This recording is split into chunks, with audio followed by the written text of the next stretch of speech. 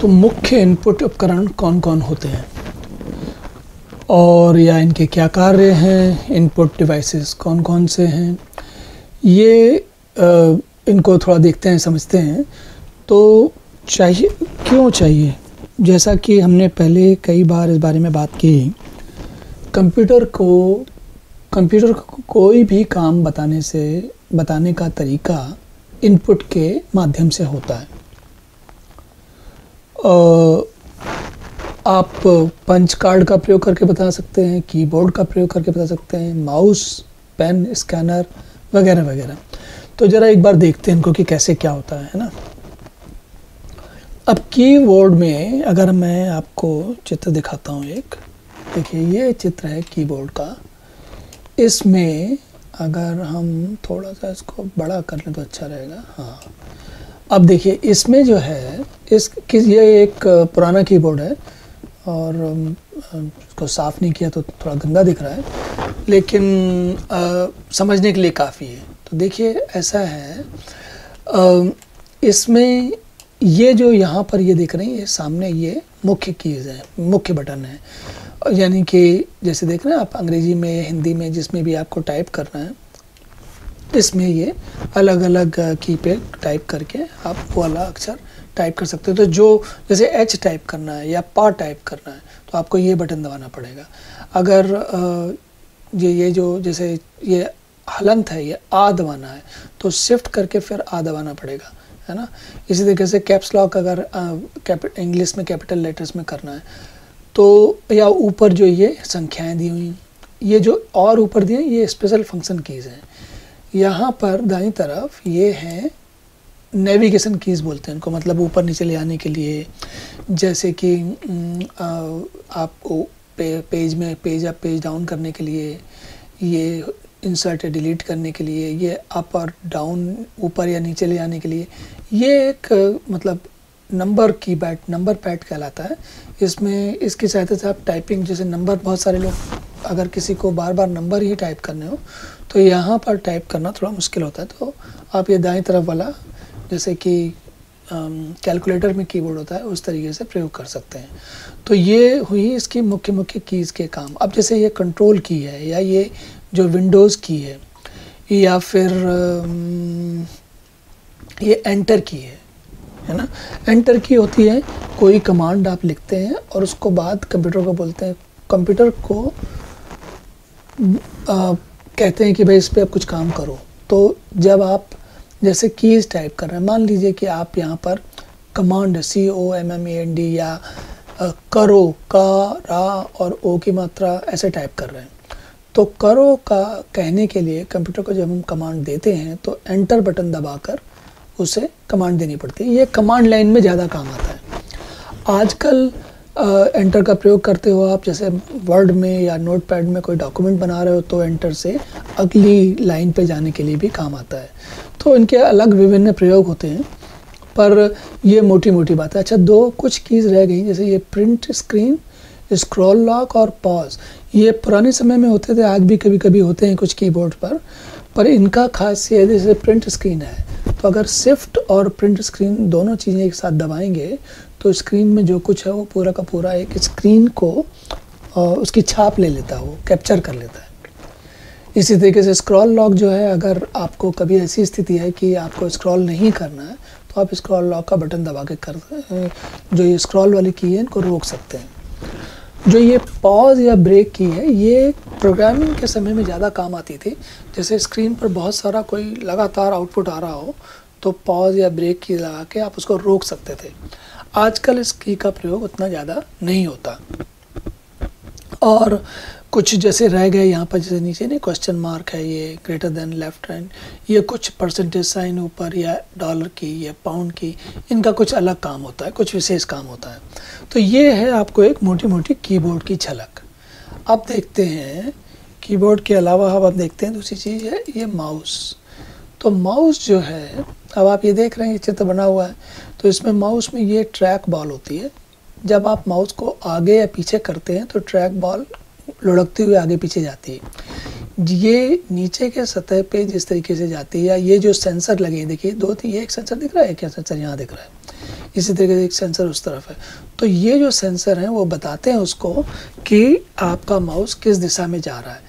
जैसे मैं इधर चेक करूँगा, देखिए दाईं तरफ ऊपर कर रहा हूँ, तो माउस जो है जैसा माउस करूँगा उस वैसा ही स्क्रीन पर ये जो पॉइंटर दिखता है, इसको पॉइंटर कहते हैं, ये ऊपर नीचे दाएं बाएं जाता है। माउस का फ़ायदा क्या है, अगर आपको एक स्क्रीन पे यहाँ से उस कोने में या यहाँ से उस कोने में या कहीं जाना है तो आप माउस के माध्यम से तुरंत जा सकते हैं। नहीं तो अगर आप कीबोर्ड पे ये चीज़ कोशिश करेंगे तो आपको बाएं ऐसे ऊपर या ऊपर जाना पड़ेगा, या बाएं ऐसे ऐसे ऊपर जाना पड़ेगा, फिर दाएं आना पड़ेगा, तो उसमें काफ़ी देर लगती है। इसके अलावा कमांड लाइन जब काम करते हो तब कीबोर्ड का ज़्यादा काम होता है। अगर आपको ग्राफिकल टर्मिनल पे जिस पे चित्र में पूरा काम करना हो तो आप माउस से सारा काम कर सकते हो, जैसा कि आप देख रहे हो मैं सामने कर रहा हूँ आपके, है ना। तो ये हुआ माउस। अब आगे देखते हैं।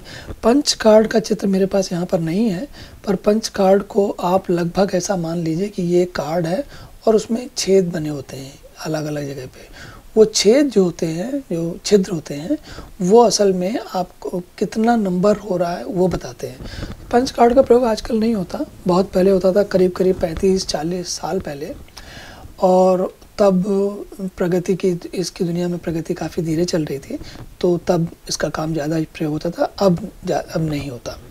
अब मैं आपको स्कैनर दिखाता हूँ। स्कैनर जो होता है वो क्या करता है कि जैसे मान लीजिए ये यहाँ पर है, इसके पहले असल में हाँ, तो देखिए ये जो स्कैनर है, दो तरीके के स्कैनर मेरे पास है यहाँ पर। तो एक ये दिखाता हूँ पहले मैं आपको।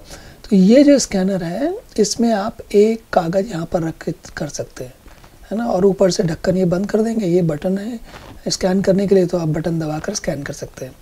ये साधारण स्कैनर से थोड़ा अलग किस्म का है। इसमें अगर किताब को स्कैन करना है तो उसका पतला वाला पोर्शन किताब का जो है वो यहाँ ऊपर चला जाता है और नीचे यहाँ पर मोटा वाला पोर्शन लटका रहता है, तो किताब के बिल्कुल किनारे तक आप स्कैन कर सकते हो। इसी तरीके से एक और स्कैनर है मेरे पास, चलो ये देखते हैं, इसका चित्र देखते हैं। इसमें क्या है कि ये जो स्कैनर होता है ये क्या करता है कि आपको यहाँ पर नीचे जो ब्लैक शीट दिख रही है इस पर आप किताब रख देते हो, है ना। बल्कि मैं इसको अगर एक मिनट रुकिए, मैं इसको अलग से दिखाता हूँ आपको, जिससे कि समझना शायद आसान होगा। हाँ, तो ये जो है ये वाला, इसमें जो कि ये स्कैनर, इस यहाँ पर एक कैमरा लगा हुआ है इसमें, और वो कैमरा जो है आगे पीछे ऊपर नीचे घूम जाता है। तो जो नीचे जो कागज़ रखा हुआ है या किताब रखी हुई है उसको आप स्कैन कर सकते हैं। तो ये बहुत जल्दी स्कैन कर सकता है, तो ये थोड़ा विशेष किस्म का स्कैनर है। और अब इसके बाद मैं आपको, स्कैनर के बाद मैं आपको एक और चीज़ दिखाता हूँ, वो है ये, इसको बोलते हैं जॉयस्टिक। तो इसमें क्या होता है कि ये बटन है एक, और ये जो इसका इसको जैसे उसमें प्लेन में, एरोप्लेन में हैंडल होता है ये, तो इसको पकड़ के, इस हैंडल को पकड़कर आगे पीछे घुमाते हैं। जिन लोगों ने गेम खेला है वो जानते होंगे, और इसको, इस हैंडल को बाईं दाईं या आगे पीछे कहीं भी घुमाया जा सकता है। तो ये त्रि-आयामी, 3 डायमेंशनल में, यानी कि ऊपर नीचे दाएं बाएं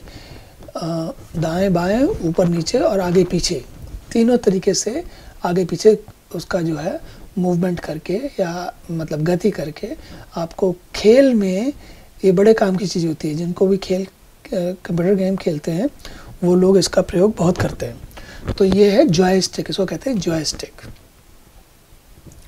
तो ये हुए कुछ इनपुट उपकरण के प्रकार। इसके अलावा आजकल आपने जैसे देखा होगा सेल फोन में कैमरा भी होता है। तो ये जो स्कैनर मैंने आपको दिखाया था, इसमें ये यहाँ पर कैमरा ही है। ये जो इसका ये पोर्शन ऊपर उठ जाता है और यहाँ पर नीचे 2 कैमरे होते हैं। वो कैमरे नीचे पे रखे हुए कागज़ का चित्र ले सकते हैं, और ये बहुत जल्दी जैसे 2-3 सेकंड में चित्र फटाफट ले सकता है। तो अलग अलग किस्म के। तो अब आपको ये मैंने इसलिए अलग अलग ये सारे दिखाए आपको, ताकि आपको समझ में आए कि जैसी आवश्यकता वैसा इनपुट उपकरण।